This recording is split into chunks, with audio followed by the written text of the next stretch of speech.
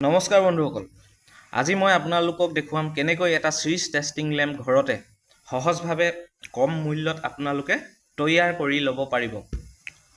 বলক দেৰি নকৰি ভিডিঅ'টো আৰম্ভ কৰোঁ। সৰ্বপ্ৰথমে এটা লেম্প হোল্ডাৰ আৰু প্ৰয়োজনীয় কিছু কেবুল আমি লৈ লওঁ।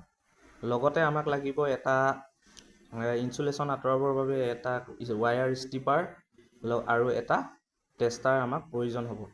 আৰু এতিয়া আমি কেবুলৰ পৰা ৱায়াৰ ষ্ট্ৰিপাৰে আমি কেবুলৰ সংযোগ কৰিবলগীয়া অংশ ইনচুলেশ্যন আঁতৰাই লৈ লেম্প হোল্ডাৰটোৰ দুটা টাৰ্মিনেলত আমি সংযোগ কৰি দিম।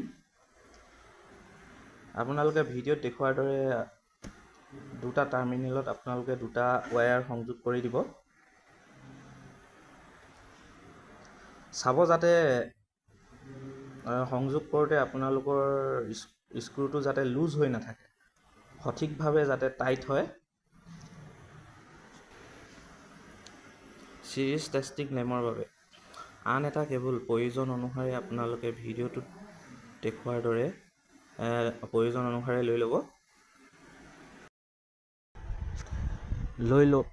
লৈ লোৱাৰ পাছত আপোনালোকে আন এটুকুৰা কেবুলেৰে আপোনালোকৰ টাৰ্মিনেলৰ পৰা অহা দুডাল কেবুলৰ দুয়ো মূৰত আপোনালোকে ভালদৰে টেপিং কৰি ল'ব। টেপিং কৰি ল'লে মানে কি হ'ব, আপোনালোকৰ দেখিবলৈ সুন্দৰ হ'ব।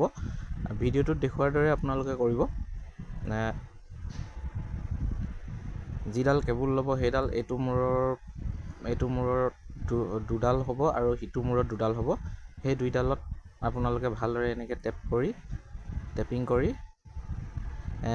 আপোনালোকে এটা মূৰত প্লাগ টপ দিব পাৰে। প্লাগ টপটো আপোনালোকৰ এতিয়া মই যিটো অংশ ইনচুলেশ্যন এৰাই আছোঁ এই অংশটোতে আপোনালোকে হয়তো দি ল'ব পাৰে। আপোনালোকৰ সুবিধাৰ্থে প্লাগ টপ এটা দি ল'ব পাৰে বা এইটো মূৰত দিলেও হ'ব।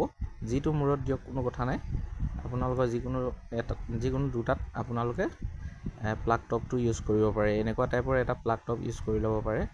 মোৰ বৰ্তমান উপলব্ধ নাছিল, সেইটো কাৰণে মই সংযোগ নকৰিলোঁ।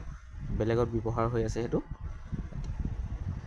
আপোনালোকে আপোনালোকৰ বাবে সুবিধাৰ্থে আপোনালোকে ছেফটিৰ বাবে আপোনালোকে লগাই ল'ব পাৰে। চিৰিজ টেষ্টিং লেম্প বনাই মোৰ বৰ্তমান কমপ্লিট হৈ গৈছে। এতিয়া আপোনালোকে এনেকুৱা ধৰণৰ এটা বাল্ব ইউজ কৰিব, যিটো 60 ভল্ট বা 100 ভল্টৰ পাব।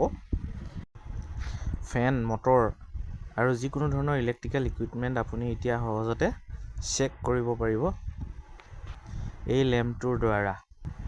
এখন চিলিং ফেন কেনেকৈ চেক কৰিব পাৰি ভিডিঅ'ৰ ডেছক্ৰিপশ্যনত তাৰ লিংক দিয়া আছে। আপোনালোকে সেই ভিডিঅ'টো চাই আপোনালোকে জানি ল'ব পাৰিব।